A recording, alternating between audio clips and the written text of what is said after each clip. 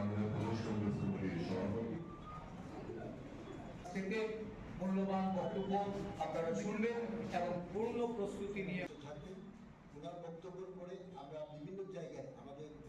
আগামী 12ই এপ্রিল এই রাজ্যে TTADC Tripura tribal autonomous area autonomous district council নির্বাচন, এই নির্বাচনকে সামনে রেখে কংগ্রেস দল সব কয়টি আসনে নির্বাচনে প্রতিদ্বন্দ্বিতা করতে যাচ্ছে।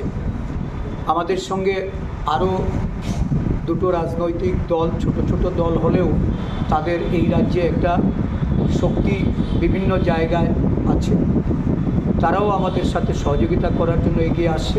আজকে এই ব্যাপারে চূড়ান্ত সিদ্ধান্ত হবে। আমাদের নেতৃবৃন্দরা এসছেন, প্রত্যাশী যারা আমাদের কাছে আবেদন করেছেন তাদের সঙ্গে আজকে আমাদের মত বিনিময় হচ্ছে এবং আমরা তাদেরকে কোন কোন আসনে কে কে নির্বাচন লড়াই করার মতো যাদের আমরা প্রত্যাশী রূপে উপযুক্ত মনে করব তাদেরকে আমরা আজকে ক্যান্ডিডেট হিসাবে বিবেচনা করে তাতে সিলমোহর দেব। নির্বাচনী প্রস্তুতি তুঙ্গে। বিগত প্রায় 2 মাস ধরেই আমাদের এই কাজ চলছে। আদিবাসী কংগ্রেস এই কাজে সম্পূর্ণরূপে তারা নিয়োজিত। আমরা ধন্যবাদ জানাই যে আমাদের সমস্ত আদিবাসী নেতৃত্বরা তারা এগিয়ে এসছেন।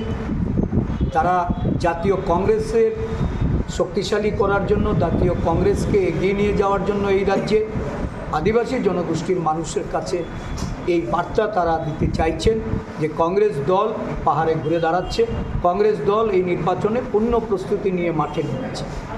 কোন দুটি দলের সঙ্গে কথা হচ্ছে? আমরা